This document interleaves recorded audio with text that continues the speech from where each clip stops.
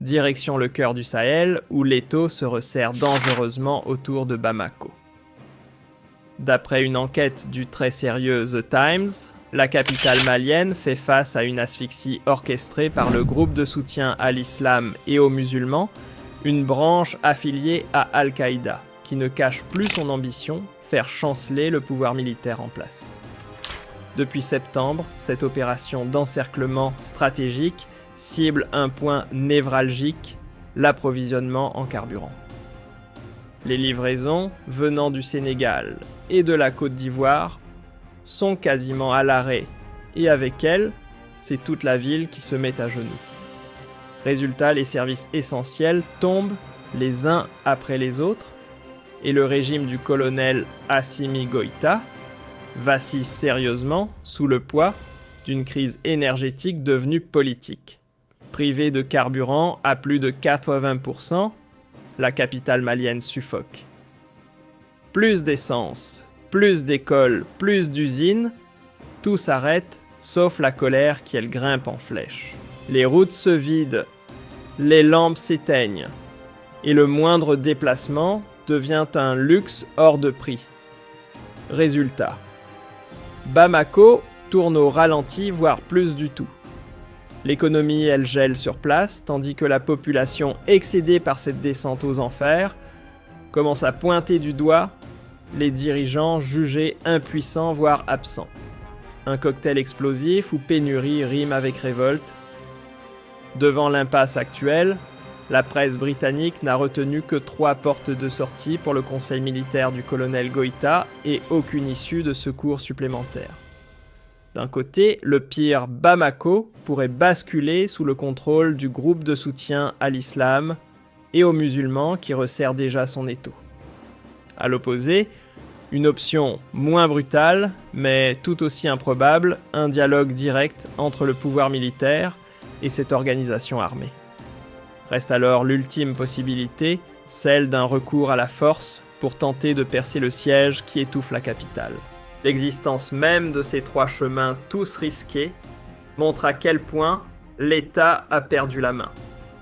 Il ne dicte plus le tempo politique ni sécuritaire.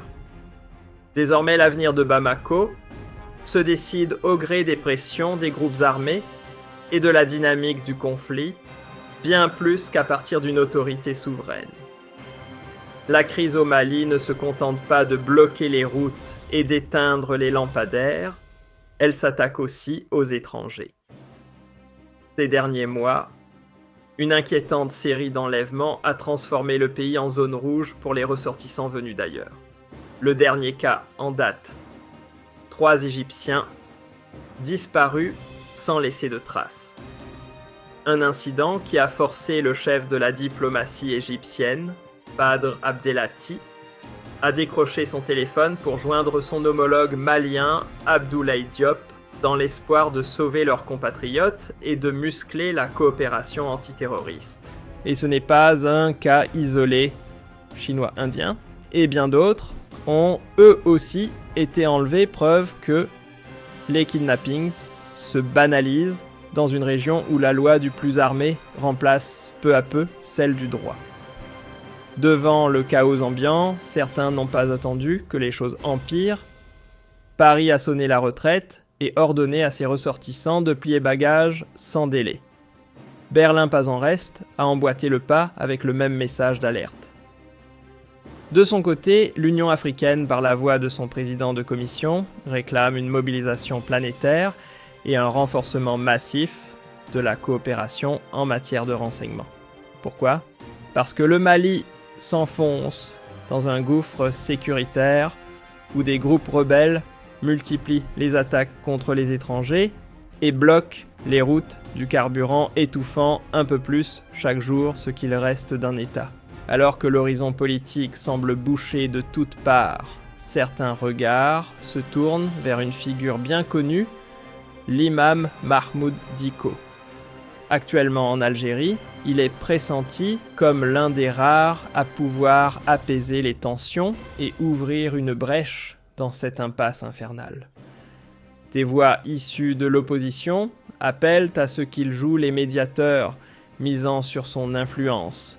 pour poser les bases d'un dialogue national, voire d'une sortie de crise, dans un pays à bout de souffle, où la diplomatie interne reste peut-être la seule carte à jouer. À mesure que les crises se multiplient et que les solutions locales s'évaporent, une silhouette familière refait surface, celle de l'Algérie. Ce pays, par sa position au nord du Sahel et son réseau diplomatique patiemment tissé au fil des décennies, s'impose à nouveau comme un pilier régional. Son influence ne repose pas uniquement sur la géographie, mais sur une constance stratégique, jouer le médiateur quand tout vacille. Rappeler que les guerres importées se soldent rarement par la paix. Et insister sur le dialogue quand d'autres misent sur les armes. Ce regain de pertinence repositionne Alger, non pas comme un acteur marginal, mais comme un vétéran des tempêtes sahéliennes. Pendant que d'autres misaient sur la force Alger, elle répétait inlassablement la même leçon sans dialogue national, sans solution enracinée dans le contexte local. Les ingérences étrangères ne feront qu'alimenter le chaos. Ces mises en garde sur les risques d'un enchaînement de putsch du Mali au Burkina Faso, en passant par le Niger, ont longtemps semblé prudentes, voire alarmistes, et pourtant nous y voilà, institutions en miettes, gouvernements dépassés, groupes armés maîtres du terrain. Bamako vit désormais le scénario que l'Algérie redoutait depuis longtemps. Un effondrement annoncé, écrit à l'encre des erreurs collectives. Comme si le Mali n'était pas déjà pris dans une tempête, le colonel Assimi Goïta a choisi d'en ouvrir une nouvelle. Cette fois sur le front diplomatique, son régime a traîné l'Algérie devant la Cour internationale de justice, un geste qui, au lieu d'impressionner, soulève surtout des sourcils. Comment peut-on parler de légitimité en accusant ses voisins quand on repousse les élections aux calendes maliennes et qu'on prolonge une transition déjà floue sans offrir la moindre date de sortie ou plan crédible pour revenir aux civils? À Bamako, cette manœuvre est largement perçue comme une tentative maladroite de détourner l'attention ou de verrouiller le pouvoir à coups de procédure, faute d'adhésion populaire. Pendant que le pouvoir malien s'enlise dans ses propres contradictions, Alger, elle reste droite dans ses bottes. Le colonel Goïta est pris entre quatre murs, un siège militaire sur la capitale, une économie qui s'écroule, une population à bout de nerfs, et maintenant un isolement diplomatique grandissant. Et pendant que le chaos s'installe, la posture algérienne prend un goût de « je vous l'avais bien dit ». Depuis le début, Alger martèle que les solutions par la force dans des contextes déjà déchirés ne font qu'accélérer l'implosion. Pas de troupes envoyées, pas d'ingérence musclée, juste une ligne claire reposant sur trois piliers. Dire non aux interférences étrangères, miser sur la négociation politique et tout faire pour éviter que les institutions ne s'effondrent comme des dominos. Alors que plusieurs capitales sahéliennes s'embourbent dans le chaos post-putsch, entre révolte populaire, isolement diplomatique et trésoreries à sec, une posture détonne celle d'Alger. Là où d'autres gouvernent à coups de bottes et de communiquer, l'Algérie persiste avec sa boussole dialogue, patience, souveraineté. Et ironie du sort ou signe des temps, c'est justement vers ce pays que les opposants maliens se tournent aujourd'hui, espérant que l'imam Mahmoud Dicko, réfugié politique ou espoir en exil, saura rallumer la mèche d'un dialogue enterré. Comme quoi, malgré les crispations, lorsqu'il faut jouer les arbitres dans un Sahel en ébullition, Alger reste dans le jeu et souvent en première ligne. Si l'on devait tirer une leçon de ce chaos, c'est bien que l'Algérie n'a pas misé sur les tambours de guerre, mais sur la lente mécanique de la diplomatie, la lecture à froid des crises et l'art d'anticiper quand les autres improvisaient. Cette approche souvent jugée trop prudente par certains s'impose aujourd'hui comme l'une des rares à avoir esquivé le piège de la militarisation aveugle. Ce qui se joue au Mali n'a rien d'un accident, c'est la conséquence directe d'un long désintérêt pour le compromis, d'un entêtement à gouverner par les armes plutôt que par les urnes, d'un mépris pour les échéances démocratiques et d'une gestion sécuritaire éclatée. Et le bilan est implacable. Un État vidé de sa force, incapable d'assurer le minimum vital, un peuple abandonné, une capitale encerclée, des infrastructures à l'arrêt, et tout autour, une région au bord de l'explosion, sans réel garde-fou. Dans ce paysage crépusculaire, l'Algérie fait figure d'exception. Non parce qu'elle a gagné quoi que ce soit, mais parce qu'elle avait vu venir la débâcle. À l'heure où Bamako cherche encore une sortie d'urgence, la stratégie algérienne fondée sur la médiation, la retenue et le refus de l'exportation des crises résonnent comme un avertissement que peu ont voulu entendre, mais que la réalité vient aujourd'hui confirmer point par point. Ces dernières années, le Mali semble avoir suivi une trajectoire inverse à celle qu'il prétendait emprunter. À force de refermer les portes du processus électoral, de suspendre les institutions et de préférer les fusils aux urnes, le pays s'est enfoncé dans tout ce qu'il cherchait à éviter: chaos sécuritaire, implosion économique et effritement silencieux mais implacable de sa souveraineté réelle sur le terrain. Et aujourd'hui, avec Bamako étranglé par un blocus orchestré par le groupe de soutien à l'islam et aux musulmans, la situation n'est plus simplement critique, elle est charnière. Le Mali se retrouve à un point de bascule.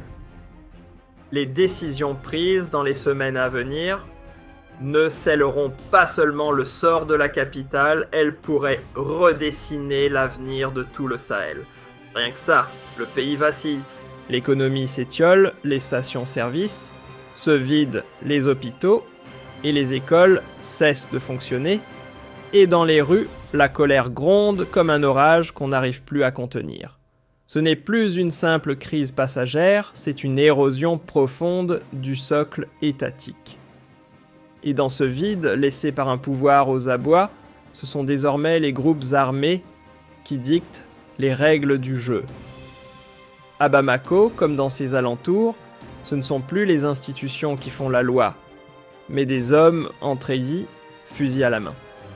Chaque jour sans solution, chaque discours creux, chaque réunion stérile alimente un peu plus cette machine infernale. Et si rien ne change, c'est l'ensemble du Mali qui risque d'être englouti par cette spirale hors de contrôle. Croire que la crise au Mali s'arrête aux portes de Bamako serait une illusion dangereuse. Ce pays, loin d'être une île isolée, est un maillon central d'un Sahel déjà fragilisé. Ce qui secoue aujourd'hui le cœur malien fait trembler le Niger, ébranle le Burkina Faso et menace l'équilibre d'une région entière suspendue à un fil. Des enlèvements de ressortissants étrangers à répétition, des chaînes logistiques transfrontalières désorganisées, une insécurité qui se propage comme une traînée de poudre, tout indique qu'on ne pourra pas régler cette crise en vase clos. L'heure n'est plus aux réponses dispersées, mais à une coordination d'urgence qui tienne compte à la fois des spécificités locales et de la pression croissante des enjeux internationaux. Dans le tumulte régional, alors que les armes crépitent plus vite que les diplomates ne parlent, une voix continue de jouer la carte du sang-froid, celle de l'Algérie. Forte de son ancrage géographique et de son passé lourd en médiation régionale, Alger s'impose comme l'un des rares acteurs à ne pas céder à la tentation des solutions brutales. Son approche: une diplomatie d'influence tranquille, fondée sur l'écoute, la prudence stratégique et le refus catégorique des aventures militaires improvisées. Dans une zone où les interventions extérieures ont trop souvent allumé l'incendie au lieu de l'éteindre, l'Algérie rappelle que parfois la stabilité naît d'un mot posé, pas d'un fusil levé.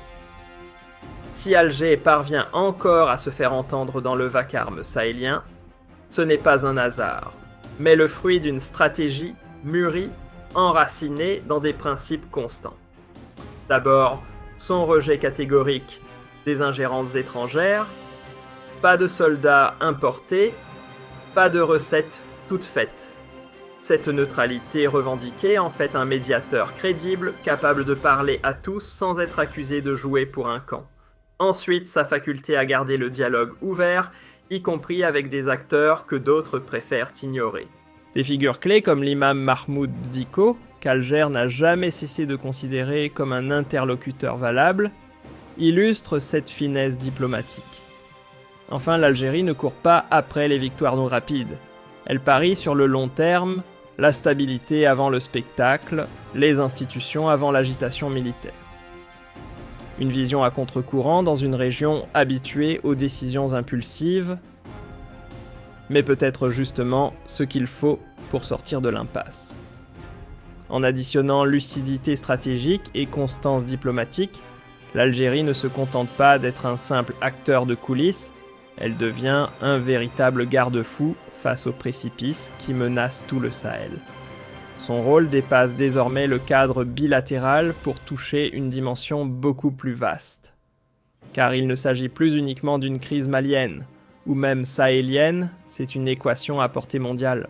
Les mises en garde de l'Union africaine se multiplient, tout comme les signaux d'alarme émis depuis les chancelleries occidentales, tous inquiets d'un effondrement sécuritaire aux effets en cascade.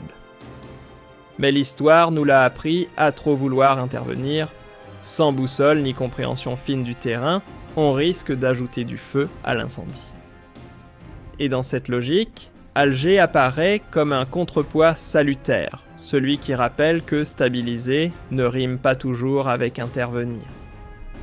Ce que la crise malienne nous enseigne, c'est qu'une obsession aveugle pour les solutions militaires combinée à des ingérences extérieures, mal calibrées, ne mène pas à la paix, mais bien souvent à l'effet inverse, rejet des puissances étrangères, montée des extrêmes et radicalisation des esprits. Dans un tel contexte, la seule voie qui reste crédible, c'est celle du respect du terrain. L'Algérie, avec d'autres acteurs régionaux, a un rôle clé à jouer, veiller à ce que chaque initiative internationale s'appuie sur les réalités locales, pas sur des modèles importés. Car sans ancrage culturel, sans compréhension fine des tensions internes, aucune solution ne tiendra debout. Et c'est précisément ce retour à l'écoute du terrain qui peut remettre le Mali et le Sahel sur le chemin d'une stabilité authentique. Au-delà des débats géopolitiques et des stratégies militaires, il y a une réalité crue qu'on ne peut plus ignorer, celle des femmes, des hommes et des enfants maliens pris au piège d'un quotidien devenu insoutenable. Le blocus, la pénurie de carburant, les écoles fermées, les marchés silencieux, les soins inaccessibles, ce ne sont pas que des données, ce sont des vies suspendues. Le tissu social s'effiloche. Les familles peinent à se nourrir, les déplacements deviennent impossibles. Et l'accès aux services les plus élémentaires relève désormais du parcours du combattant. Si rien n'est fait, on s'oriente tout droit vers un exode massif des vagues de réfugiés franchissant les frontières et une montée inévitable des tensions entre communautés. Cette crise humanitaire n'est pas en arrière-plan. Elle est au cœur du problème. Et tant que des réponses concrètes, immédiates et centrées sur l'humain n'émergeront pas, toute tentative de stabilisation restera un mirage. Il serait trop facile de réduire la crise malienne à des facteurs extérieurs ou à la seule fatalité régionale. En vérité, une large part du chaos actuel trouve ses racines dans les choix délibérés du régime militaire en place. Reporter les élections à répétition, figer la transition dans une temporalité floue et s'opposer systématiquement à toute réforme de fond, voilà les décisions qui ont érodé jour après jour la légitimité du pouvoir. Et ce n'est pas seulement une faute politique interne. Cette impasse engage aussi la responsabilité de la communauté internationale. Car sans soutien à des solutions crédibles inclusives et institutionnellement viables, Il ne restera bientôt plus qu'un État fantôme, désarticulé, fragmenté, incapable d'assurer ni sa souveraineté, ni la protection minimale de sa population. Redonner au Mali un horizon passe donc par un double effort, exiger des comptes aux décideurs actuels et construire, avec les forces locales, une architecture politique durable. Autrement, la chute sera collective et le prix régional. Ce qui se passe au Mali ne doit pas être vu comme un simple épisode isolé, mais comme un avertissement sonore destiné à l'ensemble du Sahel. Quand l'instabilité devient chronique, que le dialogue politique est relégué au second plan, et que les Kalachnikovs remplacent les urnes, l'effondrement de l'État n'est plus une hypothèse, c'est une trajectoire. Et le Mali coche déjà toutes les cases, une capitale encerclée, un peuple à bout de souffle, un appareil étatique en lambeaux. Face à un tel tableau, la réponse ne peut pas être partielle. Elle doit être intégrée, cohérente, multidimensionnelle, alliant négociation politique, soutien humanitaire d'urgence et veille stratégique sur l'ensemble de la région. Dans cette architecture fragile, l'Algérie joue un rôle pivot. Pas comme pompier de dernière minute, mais comme éclaireur, celui qui pense long terme, qui comprend les racines locales du chaos et qui sait que sans coordination régionale, le feu malien pourrait très vite embraser toute la plaine sahélienne. Au terme de cette analyse, une évidence s'impose, aucune sortie de crise crédible ne peut émerger sans une stratégie globale enracinée dans la diplomatie régionale et un dialogue réellement ouvert à toutes les voies. Dans cet immense puzzle sahélien, l'Algérie s'impose comme une pièce maîtresse, non par hasard, mais grâce à sa continuité politique, sa proximité avec le terrain et sa longue expérience des médiations complexes. Retrouver un équilibre durable exigera un dosage subtil, une pression politique mesurée mais ferme des négociations menées avec constance et un soutien humanitaire à la hauteur de l'urgence humaine. C'est à ce prix seulement que le Mali, et par extension tout le Sahel, pourra espérer se relever, restaurer sa souveraineté et redonner à ses citoyens un horizon de stabilité. Certes, l'avenir malien demeure suspendu à de nombreuses incertitudes. Mais dans cette incertitude, un point reste clair, un rôle régional structuré, cohérent et incarné par Alger devient non seulement utile, mais indispensable. En conjuguant sa diplomatie patiente avec les savoirs locaux et une coopération internationale coordonnée, l'Algérie pourrait bien représenter la dernière voie réaliste pour convertir une crise enracinée en occasion de reconstruire, réconcilier et pacifier. Reste maintenant à maintenir l'effort, à redoubler de vigilance et à s'engager sans relâche. C'est à cette condition que le Mali pourra éviter l'effondrement total et se diriger enfin vers un avenir où paix, sécurité et légitimité politique ne seront plus des promesses, mais des réalités tangibles.